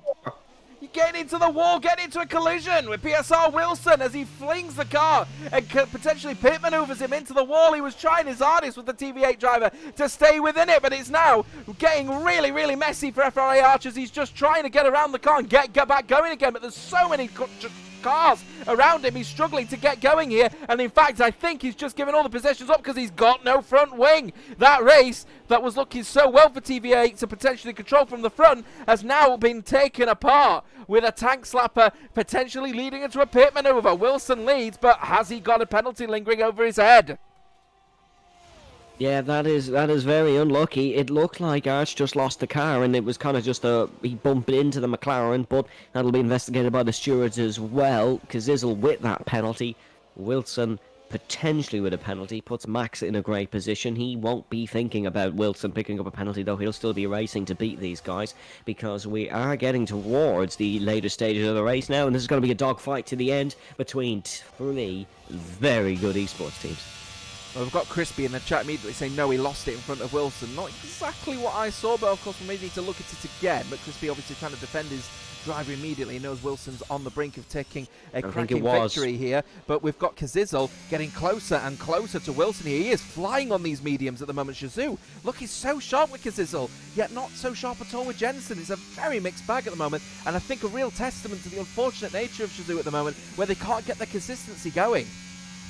Yeah, he said in qualifying that consistency was something Shazoo has struggled with, and it's a perfect demonstration. I'm not too sure we can pin full blame on Wilson for that collision. Oh, no, absolutely not. Like absolutely not. It was majority maybe Arch losing the car, but we only have one camera angle at it. We've only seen it once. Yeah, multiple people. We'll leave that one for Mr. Luke Humphreys and his race stewards. But nevertheless, almost 10 laps to go. It's been a very quick race, and it's all just getting a little bit too stable, a little bit too timid for my liking. And I'm saying that because I know how quick Azerbaijan can kick off. definitely expect a few battles towards the end of the race, because you have a very quick man in 7th as well. Rudy Asacombe very quick in 6th. Sav has not really been with it today, but he was with it in qualifying. We know there's pace there. We know the PSR man, what he can do. And down the back of the field as well, it's been a shocker for VSR. They'll be looking to pick up the pieces. So do make sure you stick with us here, ladies and gentlemen. Yeah, just people in the chats now going absolutely mental, saying, no, Wilson absolutely did not touch him. If he didn't, he didn't. It just seemed from my perspective, it looked like there was a little bit of a tap or something. And if there was, you cannot blame Wilson at all for it. Of course, he's just a sitting dog in that point, but everyone's absolutely adamant, no, it did not happen, so it didn't happen. I'll leave you guys to make the judgment on that one. NRX Cindery up in 4th place then and setting the fastest lap of this race so far, going on board with him with DRS now enabled. Opportunity knocks here for NRX. Now Cindery are getting that big points on board now, because of course Rusty was leading so well at the British Grand Prix, really running riot, but then I think it was a selection of pit stops that really weren't working wonders, as we've got a yellow flag wave for actually his teammate Magician, who's gone for a spin at turn number 2. NRX were flying high at the British Grand Prix at one point, really potentially looking for the win, and then a little issue occurred which meant Rusty wasn't able to potentially keep on the podium, but he decided, by the looks of things anyway, not to prioritise getting the points for the team. He wanted to get that podium for the team, and unfortunately it fell down for him in that collision with Juventus Racing's Bradders. In that scenario, NRX Cindery, he's in the same position here. He's got a podium potentially right there in front of him, but does he think about the team and get those juicy points that NRX are needing? Well, as of now, he will take the podium because of Kazil's penalty. But I think if you're in 4th position and in the position NRX are in, you've got to just focus on points at this stage, don't you? You've got to just get some consistent results on the board. Can't be taking too many risks. Took the risk in Silverstone and it didn't work. You got to just think about the team here. They are the ones hiring you. Technically, don't know what sort of contractual agreement Sindri has, but in the position he's in, you got to think of the team. You got to think of just picking up some points. And even if something goes wrong in a battle for the potential race win, you're right there. You are right there and are good to go for a potential win, even if there is a big enough collision. But yeah, I think that is what Sindri will probably be thinking, and there's no real pressure behind him from Sav either. Did see a couple comments saying that Sav may potentially have damage, as he's had a wobble actually through turn 1. Very lucky to keep it out of the Arco barrier, and there is a spin for Ray. He's gone round. He has. He's gone for a little spin across turn 1 as he tries to get back on the racing line. People will drive straight through him. That pushes Elite Risks, the man with the fastest lap so far, now up to P8 for the SLRT team. They'll be so happy with more points coming their way through their quickest driver here, as Slinky gets overtaken by VSR Nico, now up to 12th place in that midfield. Towards the front, we have this little battle with Talent Factories. Rudy again. Rudy not showing that consistency that we typically expect from him here. He's been falling down a little bit, and then just to add insult to injury, things weren't working well with the pit stops under the first safety car. He got held up and he lost all of those positions, and now he's got to try and make some inroads, but he's got so quick drivers out there in Asicombe, in Sav, in Cindery, and even his teammate Max as well. And Cindery getting closer and closer and closer to Max at the moment, and of course, while that's all happening, DRS is keeping them within touching distance, and that is the last thing Kazizel needs. Kazizel is in the worst possible position at the moment. The only driver with a penalty, and it's 5 seconds for speeding in the pit lane, and he's in 2nd place. If he was in 1st and could lead from the front, he might be able to find at least some time, but at the moment, being stuck in this DRS train is killing his performance with that penalty on his head. Yeah, and Wilson is probably going to be devil's advocate maybe a little bit here, because obviously he wants to win the race, but he does know if he just keeps Kazizel losing a bit of time, that Sav is in this train and will gain a spot because of that 5-second time penalty. But quickly back to Rudy. I think he's going to try and launch one up the inside of Asicombe. It's not been a Rudy day so far. It's been one of his more lackluster performances. Wasn't able to go up the inside, and will stay in 7th. He will stay 7th as Asicombe will stay in P6, and of course we'll have DRS on Sav, who's just managed to get back in the DRS territory of Cindery. As we've just got Ollie Loveland in the chat. Good evening to yourself, sir. Nice to see you. Saying Magician's pedals have failed, and that's the reason as for the spin at turn 2. So hardware failure, and it's just the expectations, unfortunately, when it comes to the management of your car. You get these hardware failures, you'll get software failures, you get electrical failures. It's just a part and parcel of the racing, isn't it? Yeah, it is, and as we said earlier, it's another day in league racing. But Magician, very, very unfortunate it's not what any driver wants. A disconnect, of hardware software failure. It's the worst in league racing. It is our little esports version of maybe a mechanical retirement in real racing, where you'll get your engine blown up suddenly. It's unfortunate, and no one wants it. No one likes to see it, and unfortunately, Magician's Race it is over because of it. Yeah, fingers crossed he's managed to get at least his pedals back into a stable condition. He is within the DRS of Ray, though, so he has managed to get, I think, excuse me, something working. So that could be at least something on the cards for Magician on that one. TF Max then getting a little bit closer, actually, to Kazizel on this last lap here. I wondering if Kazizel, that second safety cars allowed him to recover a lot of the energy that he lost at the end of the first safety car, so he's now back in the mix, but he's losing more and more time at the moment to Wilson, who's just really running from the front here. And obviously that little scare with Arch earlier on really comes to nothing, as Wilson now can lead from the front and set an example. But in the first corner, actually a little bit of a mistake, goes into the corner a little bit earlier and gets off of the pedal, the loud pedal, a little bit earlier than everyone else, and loses a tenth or two to Kazizel on that one. So a little bit of a differentiation here. Is Wilson just managing the race now? I think at this point, probably, yeah. He got a great run out of turn 2 as a consequence of that, so he seemed like it was just one of those errors. As McCabe Sam has gone past Backy, that looked like a fairly self-explanatory move from a distance. He seems like he's just comfortably got the job done, and that'll be some extra points for McCabe Sam as he's gone up to 9th position in this one. But all at the front, just sitting and waiting maybe for a potential opportunity. Max, in terms of a electrical energy management perspective, he is doing the best with 76%, and Wilson and Kazizel around the 50 mark in front. So Max may be just sitting behind and biding his time and looking for a mistake from one of the front two as an opportunity to pounce. Rudy still not able to get past Asako.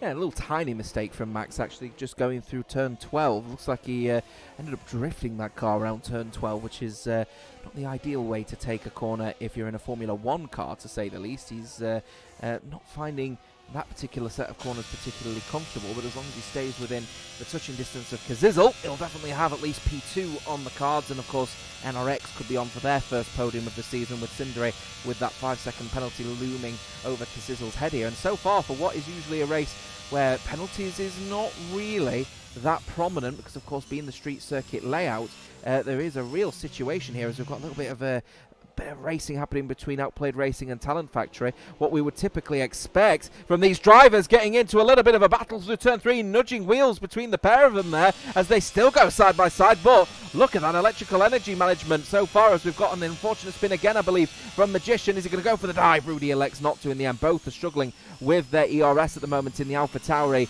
and the RBPT engine in the back of that car. Of course, the Ferrari power unit in the back of the Ferrari also struggling with electrical energy. You know, this is a circuit where we don't really expect penalties here, and that is going to fall to the detriment of Kazizel at the moment, as we've got more spinning happening, and a safety car has been called out again for a collision, but I believe anyway, there it is, between Simba Rocks and Ray, which now extends SLRT's front wing, should we say, dividend to the guys making it to just a little bit over £1 million now, as Simba Rocks in a real spot of bother. Third front wing now on for him, and Ray obviously getting into a little damage as well, potentially means the safety car is out once again, and I'm wondering if we're going to have a set of soft tyres going on to the end of this race, you know. Yeah, I think so. Very light safety car, or weak safety car call, if you want to call it. There was only a bit of debris. We didn't necessarily get him for Jensen until he DNF'd, as Magician has been given a drive-through penalty for speeding under the safety car. That, when the going gets tough, it sometimes gets worse, I suppose, is the case for Magician here. Let's see, does Wilson dive in then? We may see some split strategies, as you rightly said, Jota. We may see the PSO man in. No, because he has to cross at the safety car boundary. Kazizel is in, so he will serve his 5 seconds, meaning that will not necessarily be a disadvantage come the end of the race, but he's one of only 2 so far. This could be an unfortunate call, but usually Shizou get it right, so we'll wait and see. Yeah, so Kazizel there it is then, the soft tyres going on that car as the driver is just having to wait that 5-second penalty. And unfortunately, Asicombe, I think, is going to get the jump, and he has on Kazizel, as well as Magician has retired in the pit lane. So I think that serving his drive-through and all of the issues that he's experiencing in his hardware sees the car now come to a close in what is a valiant effort for Magician to try and keep it going with the hardware issues that he's facing. But in the end, the car becomes undrivable if you can't at least put the loud pedal on. There's your £1 million front wing for SLRT. Simbarock's now leaving the pit lane, fresh set of soft tyres as well. But look at slap bang in the middle of all of those soft tyre runners. VSR Nico on a set of mediums. So he doesn't think the soft tyres are a suitable tyre to be on. And Arch at the back as well. Opportunity knocks for him, surely, and a new set of soft tyres available for him. Yep, exactly that, as Simbarock makes the overtake on the departed NRX Magician. Wilson leads from the front. He's got 7 cars behind him on the same tyre, and then you've got the leading driver on those that have pitted for the soft tyre, Asicombe, leading from Kazizel and from Bakke. Opportunity knocks here. What do you expect at a circuit like this with soft tyres and potentially 3 laps behind? 3 laps with DRS. Well, there's someone going in the wall. That's almost a guarantee.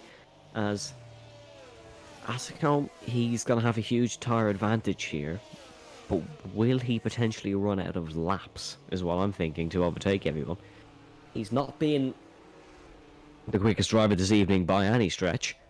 It's been Wilson who's led every lap. No, he's not led every lap, because Arch led a few, but he's led practically every lap. He's been in second for the laps Arch led.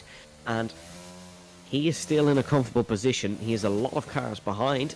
However, he doesn't have a man with a penalty behind. Max is a genuine challenger, so that's what he's going to have to watch out for. This could be a potentially championship deciding scrap between TF and PSR, because if PSR do not pick up the good points that they are picking up here, that would maybe be the beginning of the end of a championship surge.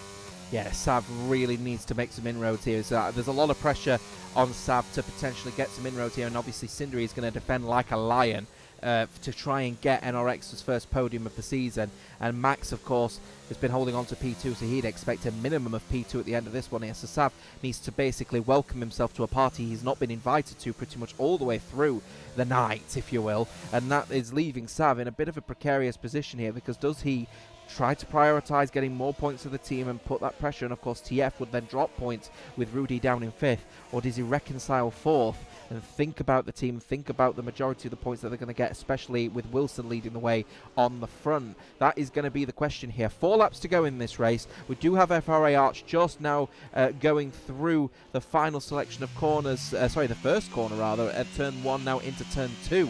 In that Red Bull, of course, the TV8 driver at the back at one point racing towards the front, but now opportunity for him to get some places. Question is how easy is it going to be? Not easy at all is the unfortunate answer. It's a difficult track to overtake at the best of times, and when everyone else is on equally good tyres, it's a bit of a tricky one. It's a bit of an unfortunate situation to find yourself in, 16th with very few laps to go. But if he just wants to sit back and let everyone else crash, keep his head, he will be in a good position. Safety car should be in at the end of this lap. Should be at the end of this lap anyway, with FRA Arch just about to join the back of this queue. If not, the safety car will be out for at least another lap, which would take us to the end of lap 23 into 24 for a 3-lap dash to the end of this race. Of course, 24, 25, and then 26. So FRA Arch just coming now to the back of the queue, as in fairness to him, no mistakes this time going down anything, and the safety car is coming in at the end of this lap with a fresh set of soft tyres that are nice and hot versus those in front on old medium tyres that, let's be honest, are going to be quite cold.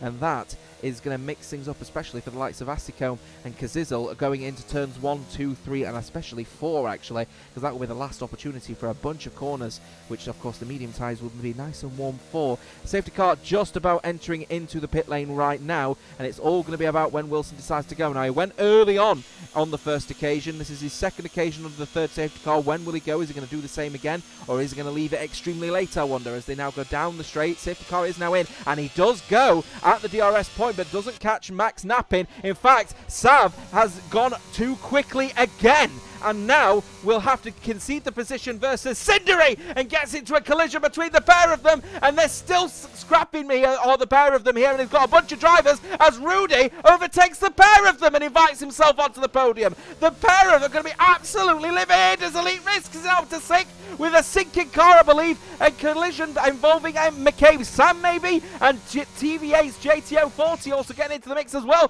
Baki also trying to make an overtake on Asiko. Masiko trying to defend on the inside line, but gets that one done, no problem at all. But attack is potentially available, and the Mercedes there also potentially blocking, but Baki makes the move, no problem at all. Is now up to 9th, Outplayed Racing 10th and 11th. Nico makes an inroads on Elite Risk and a dive that I think potentially Elite Risks didn't see coming, and he is on 11 lap old mediums, remember, everyone else on soft, so he sinks now to 9th. While this is all happening, VSR is now up to 7th, but the leading driver on the soft tyre, guess who? It's Kazizzle. 3 laps to go.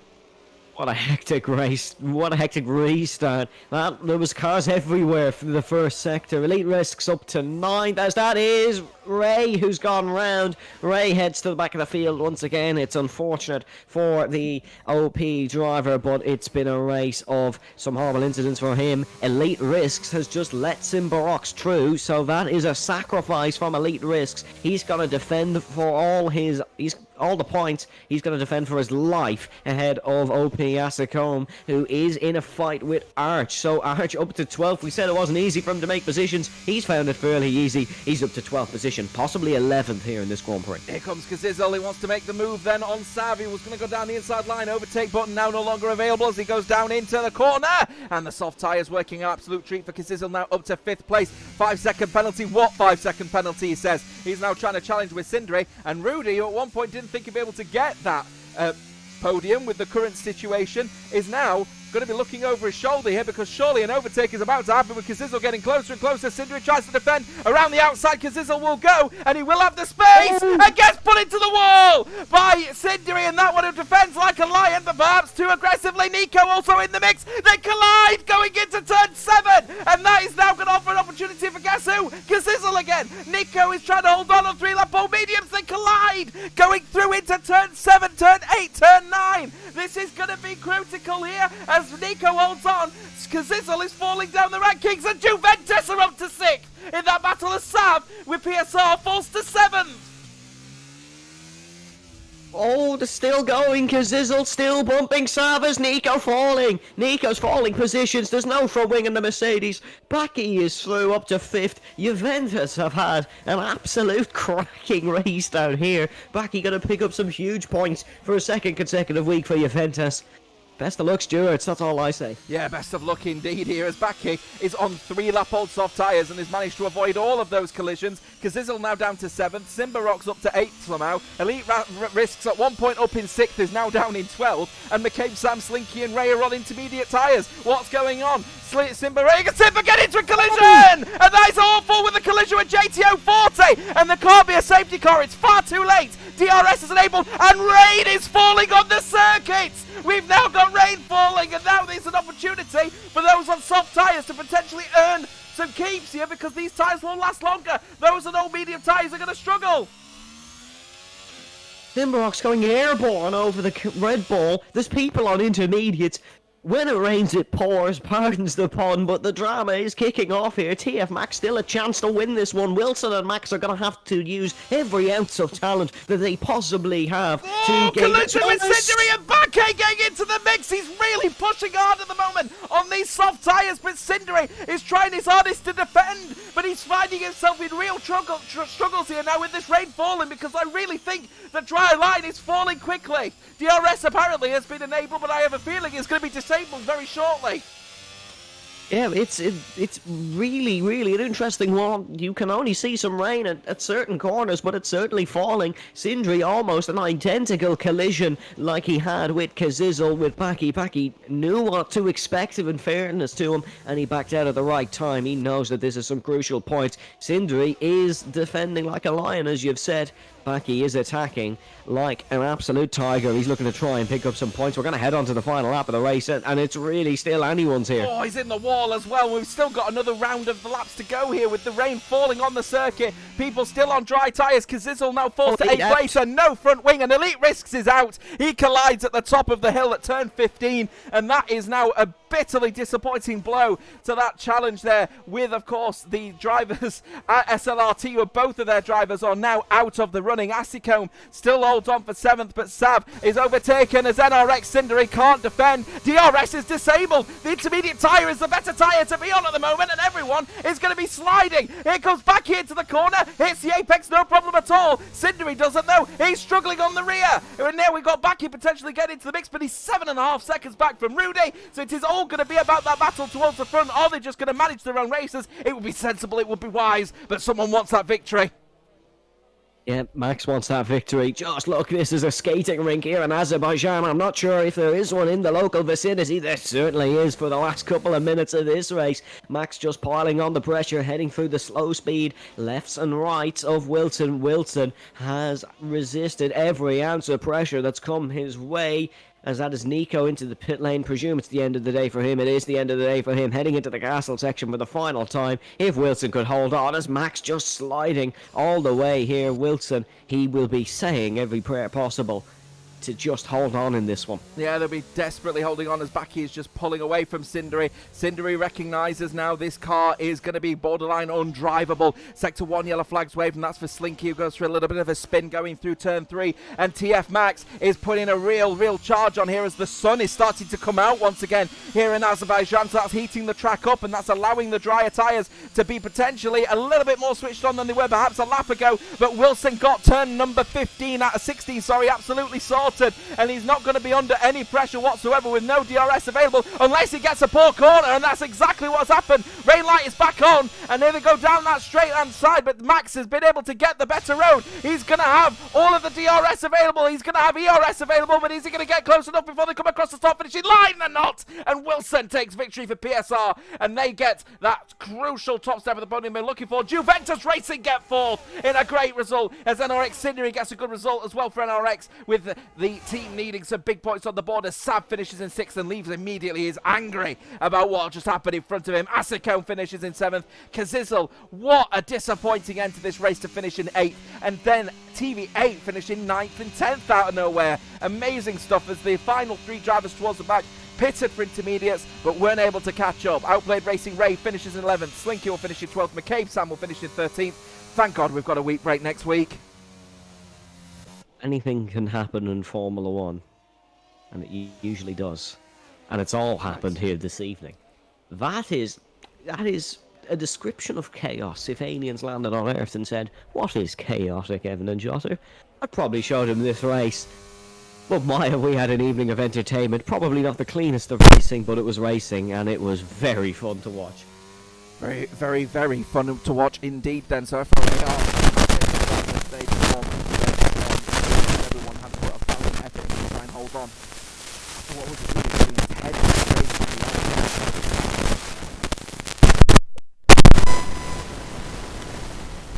You are stuttering quite a lot. I don't know if you can hear.